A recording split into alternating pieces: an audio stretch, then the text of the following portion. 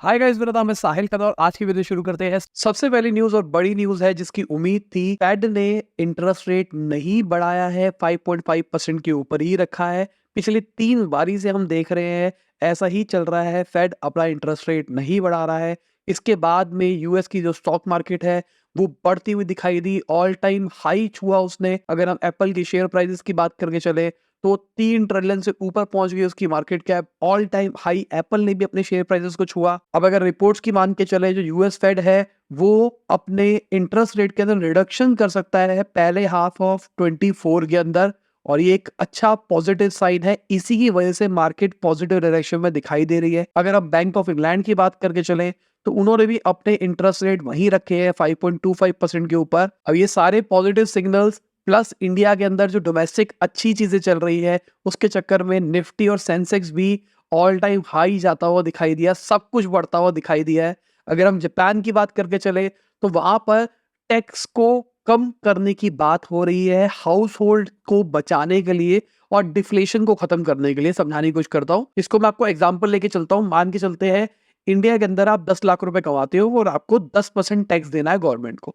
मतलब आप 10 लाख कमाते हो तो 1 लाख रुपए आपको गवर्नमेंट को देना है।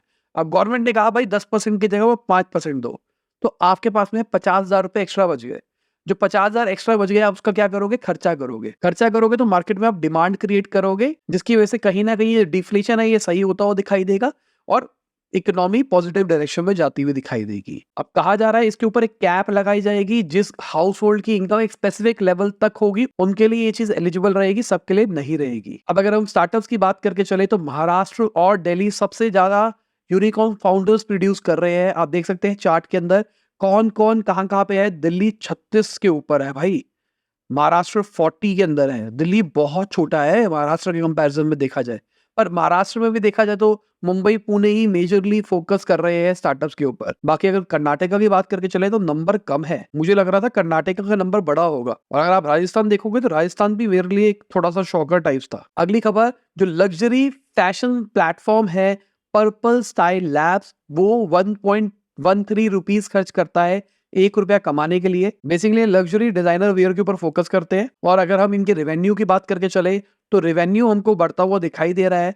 फाइनेंशियल ईयर 21 में 44 करोड़ का था, फाइनेंशियल ईयर 22 के अंदर 175 करोड़ हुआ, फाइनेंशियल ईयर 23 के अंदर 372 करोड़ हुआ। और लॉसेस की बात करके चले तो लॉसेस घटते हुए दिखाई दे रहे हैं।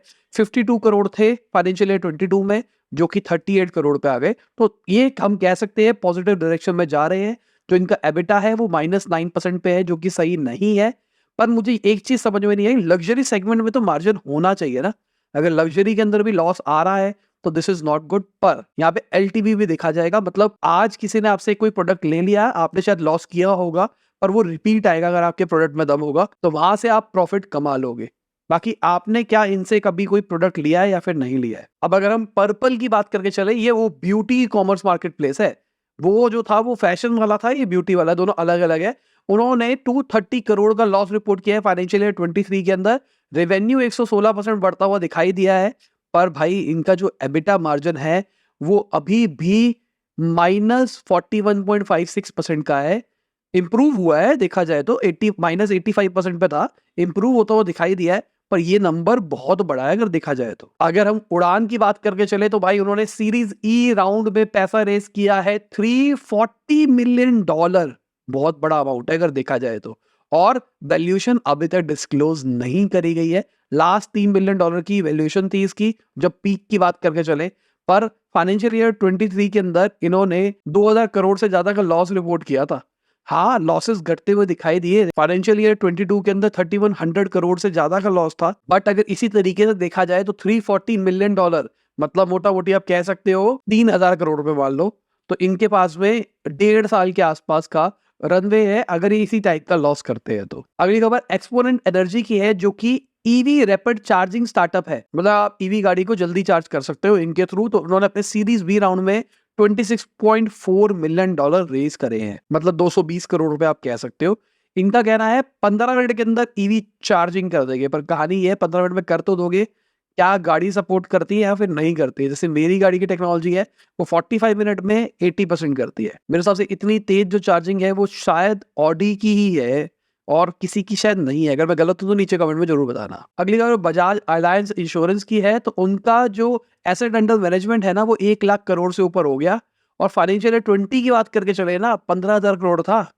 ग्रोथ देखो भाई। और अगर ग्रोथ की बात करके चले, जो इंडिया का सर्विस सेक्टर है उसका एक्सपोर्ट भी बढ़ता हुआ दिखाई दे रहा है। अभी तक 192 बिलियन डॉलर पे पहुंच गया है और कहा जा रहा है इस फाइनेंशियल ईयर के एंड तक 400 बिलियन डॉलर तक पहुंच सकता है। अगर हम रियल एस्टेट सेक्टर की बात करके चले तो रिकॉर्ड हाई रियल एस्टेट की इन्वेंट्री पड़ी है अभी। और कई लोगों का कहना है कि भाई ये जो पड़ी है ना ये अपॉर्चुनिटी है, ये डरने वाली बात नहीं है। मतलब यहाँ पे कहा जा रहा है 1 लाख करोड़ से ऊपर की इन्वेंट्री पड़ी हुई है, मतलब इतने घर पड़े हुए जो बिके नहीं है। अब कई लोगों का कहना है भाई अब तो घर बहुत ज्यादा तेजी से बिक रहे हैं, सबको घर लेना है, तो भाई ये बहुत अच्छी अपॉर्चुनिटी है, इस टाइम पे वो सारी इन्वेंट्री बिक जाएगी। अगर हम ट्रेंड देखें तो लग्जरी हाउसिंग बढ़ती हुई दिखाई दी है। जो महंगे घर है या फिर मैं कहूंगा अफोर्डेबल से थोड़े से ऊपर रेंज वाले हैं 1 करोड़ वाले, वो बढ़ते हुए दिखाई दिए। और जो अफोर्डेबल घर है ना वो लोग नहीं ले रहे हैं, क्योंकि जो अफोर्डेबल घर लेना चाहता है मतलब वो पैसा बचाना चाहता है, वो पैसा बचाना चाहता है, तो अभी इंटरेस्ट रेट ज्यादा है इस चक्कर में वो नहीं ले रहा है। मीडियम सेगमेंट वाले बढ़ते हुए दिखाई दे रहे हैं। अगली न्यूज है भाई, स्विगी ने डेटा रिवील किया है जिसके हिसाब से बिरयानी सबसे ज्यादा ऑर्डर करने वाली डिश है 2023 के अंदर। पिछले 8 साल से बिरयानी जीत रही है इसके अंदर। और ये आप समझने की कोशिश करो कितनी बड़ी अपॉर्चुनिटी है भाई। अगर आप घर से ही बिरयानी बेचते हो तो आप कितना बड़ा बिजनेस बना सकते हो।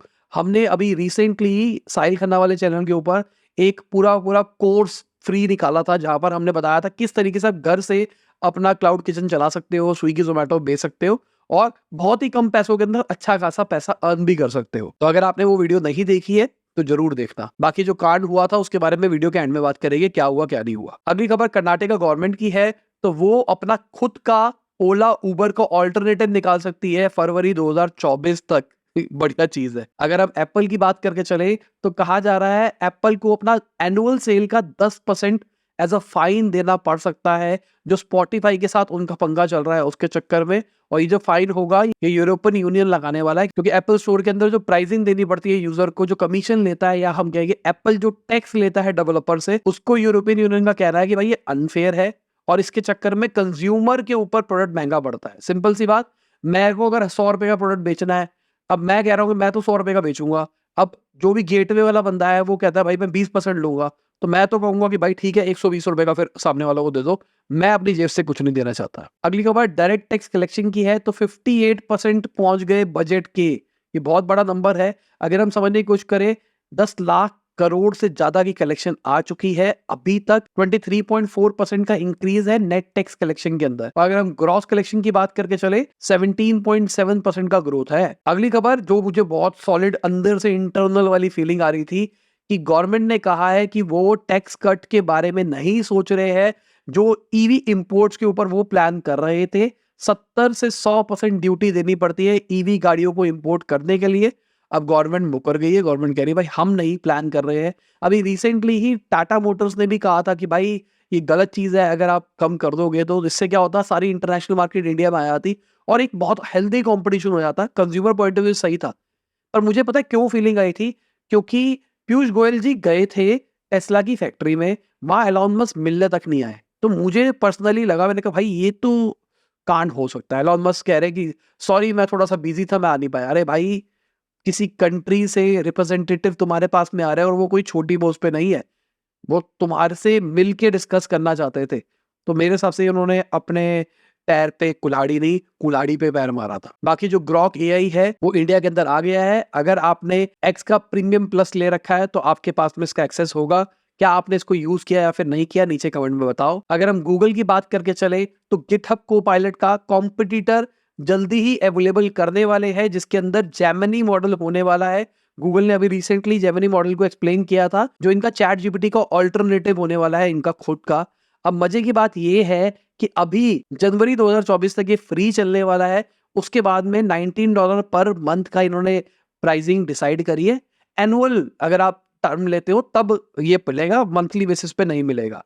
इन्होंने क्लियर कर दिया है कि भाई इससे ऑटोमेटिक कोडिंग नहीं होगी, पर इसकी वजह से आपका कोडिंग प्रोसेस इंप्रूव हो जाएगा। और मुझे भी ऐसा लगता है कि इसकी वजह से बहुत सारे कोडर्स की जॉब जा सकती है। अब कई लोग कहेंगे कि भाई एआई कोड नहीं कर सकता, बिल्कुल नहीं कर सकता, मैं मानता हूं शायद फ्यूचर में कर देगा पर अभी नहीं कर सकता। पर एक बात को समझने की कोशिश करो, जो 2 बंदे काम करते थे आज 1 बंदा कर सकता है। एफिशिएंसी इंप्रूव हो रही है एआई की वजह से। अगर हम ओपन एआई की बात करके चले तो उन्होंने एक्सेल के साथ में टाई अप कर लिया है न्यूज़ के रिगार्डिंग अपने मॉडल को ट्रेन करने के लिए। अब ये कंपनी है कौन? बिज़नेस इनसाइडर का नाम सुना है ना?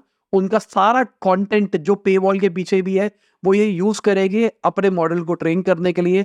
और भाई दिस इज स्मार्ट ना। एक जगह पे ग्रॉक जो है, जो एलॉन मस्क की कंपनी है, वो ट्विटर को यूज करने वाली है, उसका डेटा यूज करने वाली है अपने आप को ट्रेन करने के लिए। और यहाँ पर चैट जीपीटी और रास्ते ढूंढ रहा है कहाँ से किसके साथ टाइप किया जा सके। अगली खबर अडानी ग्रुप की है, तो वो 8700 करोड़ रुपीस इन्वेस्ट करने वाले हैं बिहार के अंदर सीमेंट और लॉजिस्टिक्स सेक्टर के अंदर। और कहा जा रहा है 10,000 से ज्यादा नौकरियां क्रिएट होगी इससे। बहुत बड़ी चीज है। बाकी अगर हम मार्केट की बात करके चले तो भाई मार्केट तो आज बढ़ती हुई दिखाई दी है।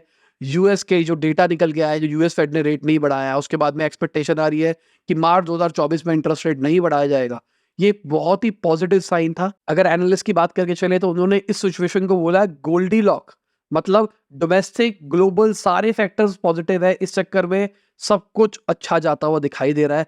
जीडीपी ग्रोथ पॉजिटिव है, इन्फ्लेशन घटता हुआ दिखाई दे रहा है, डॉलर डिक्लाइन करता हुआ दिखाई दे रहा है, यूएस की जो बॉन्ड यील्ड है वो इंप्रूव होती हुई दिखाई दे रही है। सब कुछ इंप्रूव होता हुआ दिखाई दे रहा है। बाकी मार्केट की बात करके चले तो आप देख सकते हैं कौन रहा ऊपर कौन रहा नीचे। और ये लोग हैं हमारे सपोर्टर्स, जिनकी वजह से डेली हम आप तक बिजनेस न्यूज ला पाते हैं।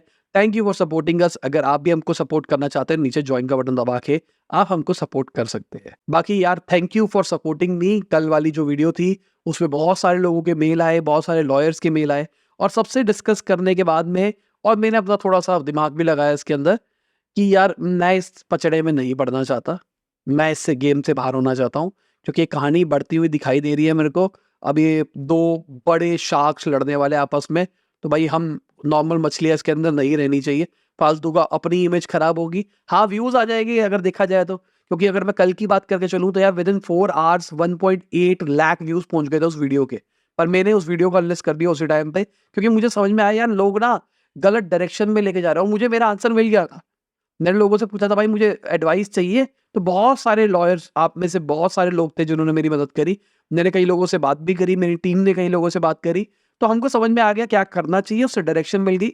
और हमको समझ में आ गया भाई हमको इस पचड़े में नहीं पड़ना है। पहली वाली जो वीडियो थी वो एक फन वीडियो थी, उसमें मैंने किसी को स्पेसिफिकली टारगेट नहीं किया था, मेरे पूरी इंडस्ट्री के बारे में ओवरऑल बात करी थी। दूसरी वाली वीडियो के अंदर मैंने नोटिस भी दिखाया था, मैंने नाम भी लिया था, तो इसमें कुछ फालतू लीगल कॉम्प्लिकेशन हो सकती थी। हाँ मुझे पता है आप लोग मेरे सपोर्ट में खड़े हो, बट मैं टाइम नहीं निकाल सकता इस चीजों के अंदर पढ़ने के लिए। अभी बहुत सारी चीजें प्लेट में है, बहुत कुछ करना है, मैं इस पचड़े में नहीं पड़ना चाहता। Thank you for supporting us again.